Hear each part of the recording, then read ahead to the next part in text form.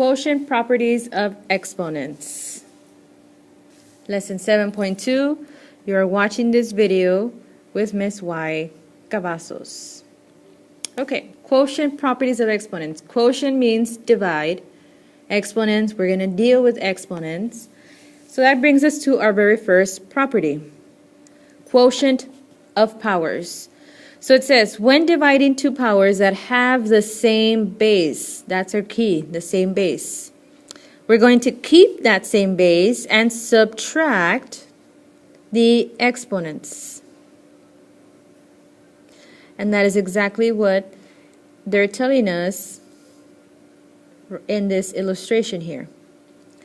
Same base, oh, that's too thick, M, N are the exponents, so you subtract them. Okay, so let's go ahead and apply the property, the rule. So we look at this example, the first one. We have a base of C, another base of C, same bases, so we immediately apply the property which says subtract the exponents. Now if you look at the illustration, it's the top exponents, the exponent in the numerator, which is 5, minus the exponent in the denominator, which is 2. So we get 5 minus 2, 3. So this is C to the power of 3. And that is our simplified answer. So in case you're wondering, let me show you in expanded form what happened. How did I get C to the power of 3? Okay. So in our numerator, if we expand, we have 5 C's multiplying. So this is 1, 2, 3, 4, 5. Then in our denominator, we have 2 C's that are dividing. So what we're going to do is we're going to try and remember something about division that said, let's say you had 5 divided by 5. 5 divided by 5 is 1. So those reduce to a 1. We're going to apply this concept here. So C and C give us a 1. They reduce. This top C with this bottom C, numerator with denominator, reduces to 1. So then we have that there are 3 C's that did not get reduced, and that's how we get our answer of C to the power of 3. But of course, this would be a shortcut if we just apply the property straight as it is. Okay, next problem, very, very similar, except we notice there is a 4 in the coefficient of our numerator, and that's fine. So we're going to keep the 4 there, and we're going to pay attention to our bases of W's. They are identical, so that means the power of the numerator minus the power of the denominator, and that gives us power of 7. So this is W to the power of 7. Bring down the 4, don't forget about it.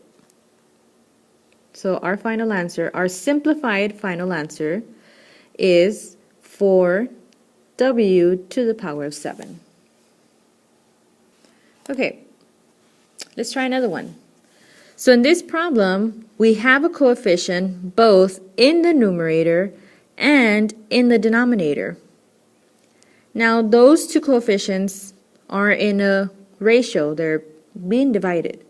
So what I'm going to do is I'm going to separate and make it into 2 separate fractions. This is 36 divided by 24.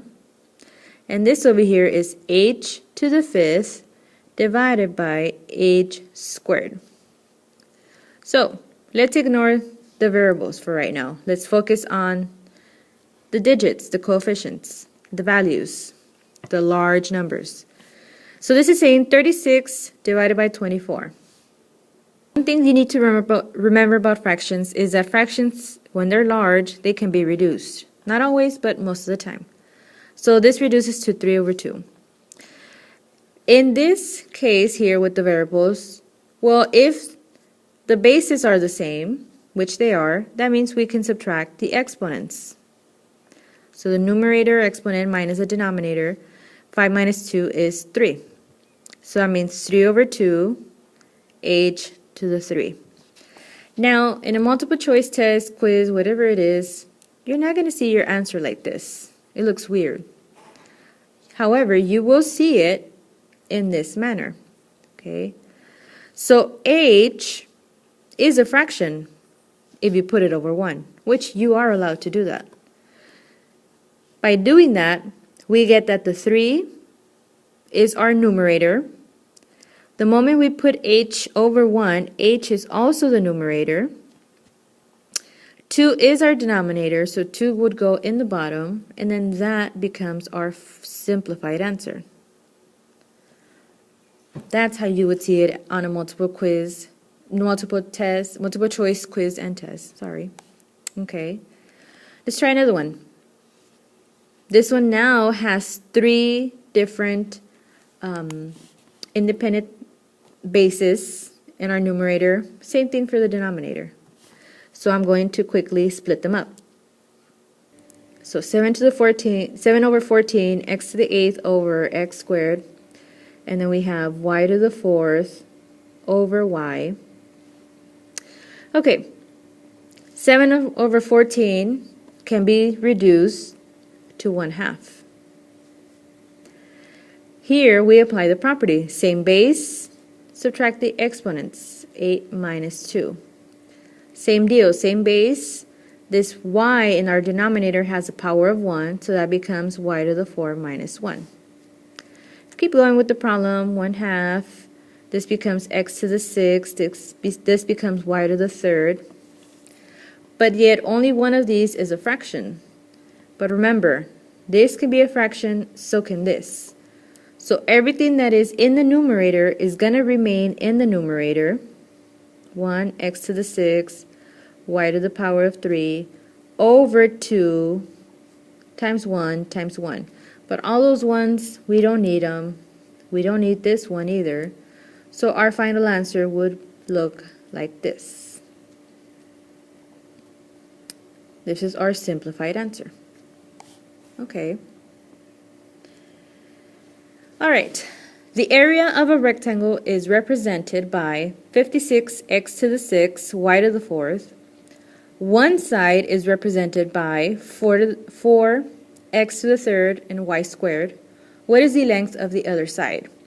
So there is a diagram here that represents this whole problem scenario. Area of a rectangle, so you should think, okay, area of a rectangle is length times width. Since they're giving us the area, we're missing one of the sides. What we're going to do is the inverse of multiplication. We're going to divide. So we're going to divide the area, which in this case is 56, x to the power of 6 and y to the power of 4, divided by the side, the length that they're giving us, which is 4, x to the 3rd and y squared. And now this here looks like the previous example that we just did. Okay, so this is 56 over 4.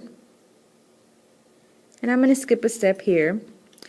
I'm noticing that here are my x's neatly organized one over the other, same base, so I can go ahead and show the subtraction that's going to occur. Same thing for my y's. They're aligned perfectly, same base, subtract the numerator power with the denominator power. This gives us 56 divided by 4. It's actually a whole number, which is 14. This gives us x to the 6 minus 3 is 3, and this gives us y to the 4 minus 2 is 2. So I'm just going to rewrite my answer a little neater. We get 14x cubed. And as you can see in this problem, we don't have any fractions, so we don't have to deal with what's going to be in the numerator, what's going to be in the denominator. That's it. That's our final answer. Okay. How can you check if you did this right, though? Well, stop and think. If this missing side, we already know is 14x cubed y squared, this side times this side should give us this. Well, let's find out. 4x cubed y squared times 14x cubed y squared. 4 times 14 is what we're going to have to do. Remember the properties of the previous video. Same base, multiplication involved, so what we can do is add the exponents. 3 plus 3. Same thing for the y. 2 plus 2. And we should get that this is 56, x to the 6th and y to the 4th. Which, guess what? This is what we have as the area. So that's one way of verifying if we did this work correctly. Next we have power of a quotient. This is the fourth property. The power of a quotient is equal to the numerator raised to that exponent divided by the denominator raised to the same exponent. So we have a scenario where we have a fraction inside of the parentheses raised to a power that is outside of the parentheses. You're going to share that exponent to both numerator and denominator. If each individual base has an exponent, well, you're going to apply the power of power, where you multiply the exponent, and we multiply this exponent with the r as well. So you're probably wondering, okay, that's a lot of work. I don't think I can memorize that. So let's try some of these problems out. Let me give you an example. Let's say we have 2/5 raised to the power of 4. So what they're saying is that you're allowed to rewrite it as 2 gets the power of 4, but so does the 5. It also gets the power of 4. So that's what happens here. Now, let's say we had 2 to the power of 3 over 5 to the power of 2 raised to the power of 4. Well, we do what they're telling us to do in power of a quotient. In our numerator, that power of 3 is going to get multiplied by the power of 4. In our denominator, the power of 2 is also going to get multiplied by the power of 4. All we're doing is we're applying this to variables. That brings us to our next problem here. So we have inside the parentheses x to the 4th divided by y squared. All of that is being raised to the power of 7. So what we do is, this might remind you of distributing the power, I mean if you want to think of it that way. So the numerator becomes 4 raised to the power of 7. The denominator becomes y squared raised to the power of 7. But we learned in a previous video that when this occurs, we have a power raised to another power, we can multiply those powers. So this is x to the 4 times 7 divided by y to the 2 times 7. So we get our simplified answer of x to the 28th divided by y to the 14th. Now, you might be thinking, well, isn't the final step subtract those two powers? No, because if you notice, x and y are not the same base, so we do not dare to subtract those powers. We cannot do that. This is our final answer. Okay, so let's try another example. I'm going to show you what's happening here. It's a little longer process, but you need to understand that what's happening is 2 is being raised to the power of 3. M to the 3rd is also being raised to the power of 3. And this is a quotient. This is a ratio. So the 5 to the 5 is also being raised to the power of 3. And n is also being raised to the power of 3.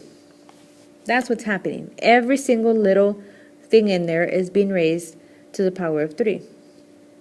So what we do is we apply the power of a power, which says 2 to the 1 times 3 is 3, so this is 2 to the 3rd.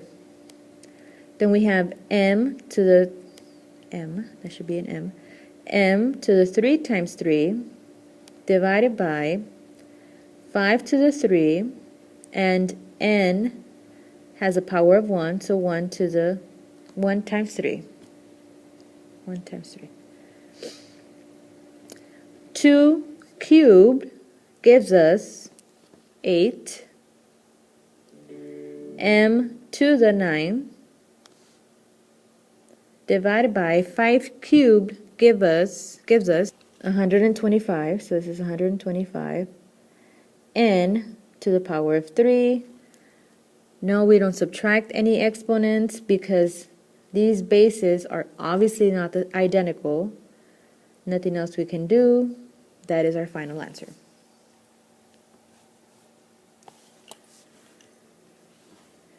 Now we get to the big challenging problem where we're going to use both properties that we just learned in order to simplify.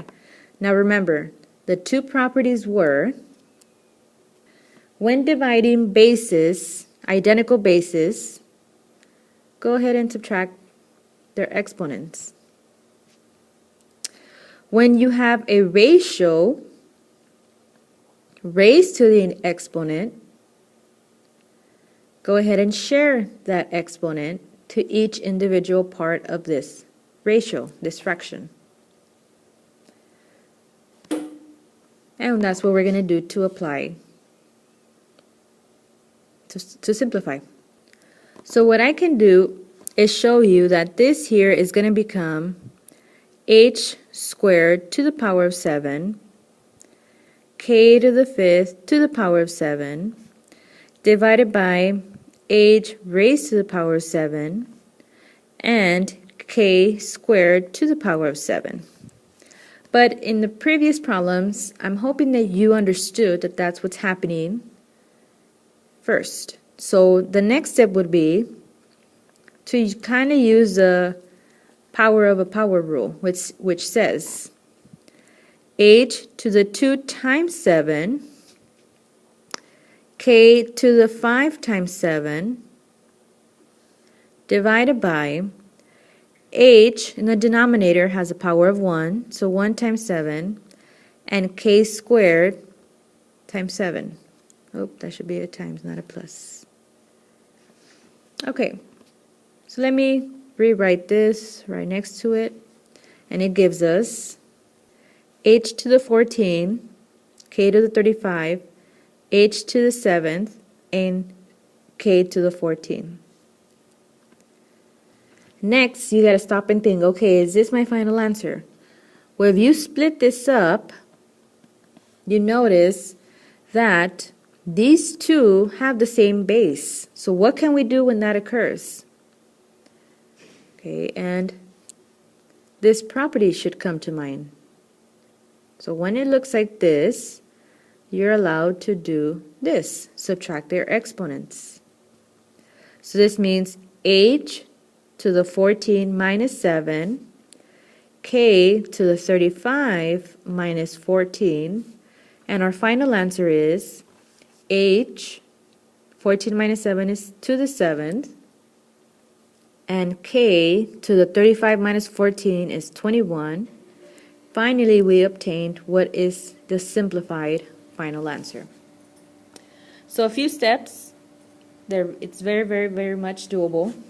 We're going to go ahead and apply that to our next problem here. Okay, so I'm going to skip a few steps. Well, I'm going to skip the first step that demonstrates how each one individually gets the power of 4, both numerator and denominator. And instead, I already did enough practice where I should know, you should know as well, that this leads us to 6 to the power of 4, w to the 9 times 4, x to the 6 times 4, all of that will be divided by 8 to the power of 4, w to the 6 times 4, and x to the 5 times 4. Okay. Our next step here, let me draw an arrow, is we're going to split this up. So this is 6 to the 4. I'll type that into the calculator right now, and 8 to the 4. Split that fraction between w to the 36 divided by w to the 24.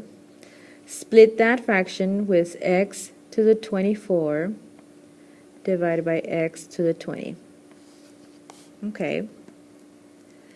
This right here can be typed into the calculator to obtain a value, which is 81 over 256. Okay. You got to remember that here we can subtract the exponents, and that gives us 36 minus 24, which is 12. X 24 to minus 20, or x to the 24 minus 20 is 4. Okay. As you can see, not a fraction, but they can be written over 1. So all my numerators will go on top, which is 81 w to the 12 x to the 4th divided by 256, and that is our final simplified answer. Thank you for watching.